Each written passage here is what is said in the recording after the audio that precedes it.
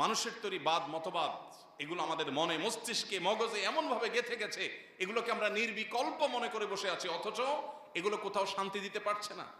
চতুর্দিকে তাকালে আমরা দেখতে পাচ্ছি এপস্টাইনের যে ফাইলগুলো, এই ফাইলগুলো কি বলছে, এই বার্তাই দিচ্ছে। ঝকঝকে তকতকে যে সভ্যতা দেখতে পাচ্ছেন, এটার ভেতরের রূপটা অত্যন্ত ভয়ঙ্কর।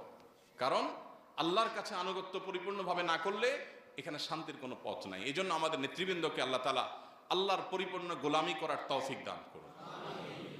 আমরা অনেক ভালো চাই, পারি না, কিন্তু স্বপ্ন থাকতে হবে, ইচ্ছা থাকতে হবে যে আল্লাহ, আমি একজন মুসলমান হিসাবে তোমার কালাম, তোমার নবীর রেখে যাওয়া আদর্শ, পৃথিবীর সমস্ত আদর্শের উপরে এটা অবস্থান, সকল মতবাদের উপরে এটা অবস্থান। সকল মতবাদ সাময়িক, কোনো সমাজে চল হয়, কোনো সমাজে অচল, কোনো যুগে সচল থাকে, কোনো যুগে অচল হয়ে যায়। এটা কিয়ামত পর্যন্ত সচল। স্টাবলিশ করতে পারছি না, প্রয়োগ করতে পারছি না। আমাদের